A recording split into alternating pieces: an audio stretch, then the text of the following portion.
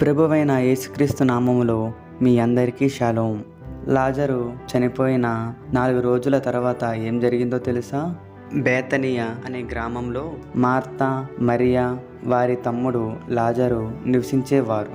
వీరు ముగ్గురు యేసు ప్రభువుకు స్నేహితులు. ఒకరోజు లాజరు తీవ్రమైన అనారోగ్యం బారిన పడ్డాడు. అతని పరిస్థితి విషమించడంతో ఆందోళనకు చెందిన సోదరిమణులు యేసు వద్దకు వార్తను పంపారు. అయితే యేసు ఆ వార్త విన్న తర్వాత కూడా వెంటనే బయలుదేరకుండా తాను ఉన్న చోటే మరో 2 రోజులు ఉండిపోయారు. యేసు బేతినియ గ్రామానికి చేరుకునేసరికి లాజరు చనిపోయి సమాధి చేయబడి అప్పటికి 4 రోజులు పూర్తయ్యాయి. మార్తా యేసుకు ఎదురు వెళ్ళి, ప్రభువా, మీరు ఇక్కడ ఉంటే నా తమ్ముడు చనిపోయేవాడు కాదు అని ఏడుస్తూ చెప్పింది.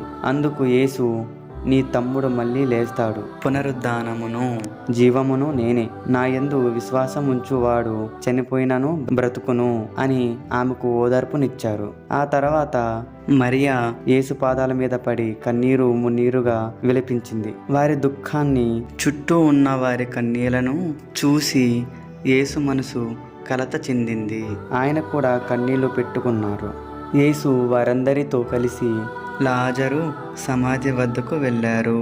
అది ఒక గుహ. దాని ద్వారానికి ఒక పెద్ద రాయి అడ్డంగా పెట్టుబడి ఉంది.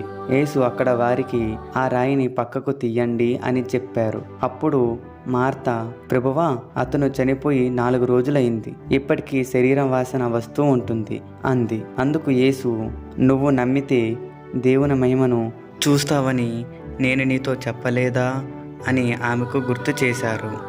వారు ఆ రాయిని పక్కకు తొలగించిన తర్వాత యేసు కనులు పైకెత్తి, తండ్రి, నీవు నా మనవి వినినందున నీకు కృతజ్ఞతాస్తుతులు చెల్లించుచున్నాను.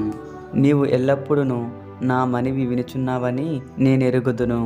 కానీ నీవు నన్ను పంపితివని చుట్టూ నిలిచి ఉన్న ఈ జనసమూహము నమ్మునట్లు వారి నిమిత్తమై ఈ మాట చెప్పి తినను. ఆయన అలాగూ చెప్పి సమాధి వైపు చూసి, లాజరు, బయటికి రా అని బిగ్గరగా పిలిచారు. ఆ పిలుపు వినగానే అక్కడ ఒక గొప్ప అద్భుతం జరిగింది. చనిపోయిన లాజరు చేతులకు కాళ్ళకు ప్రేత వస్త్రాలు చుట్టబడిన స్థితిలోనే సజీవంగా నడుస్తూ సమాధి నుండి బయటకు వచ్చాడు.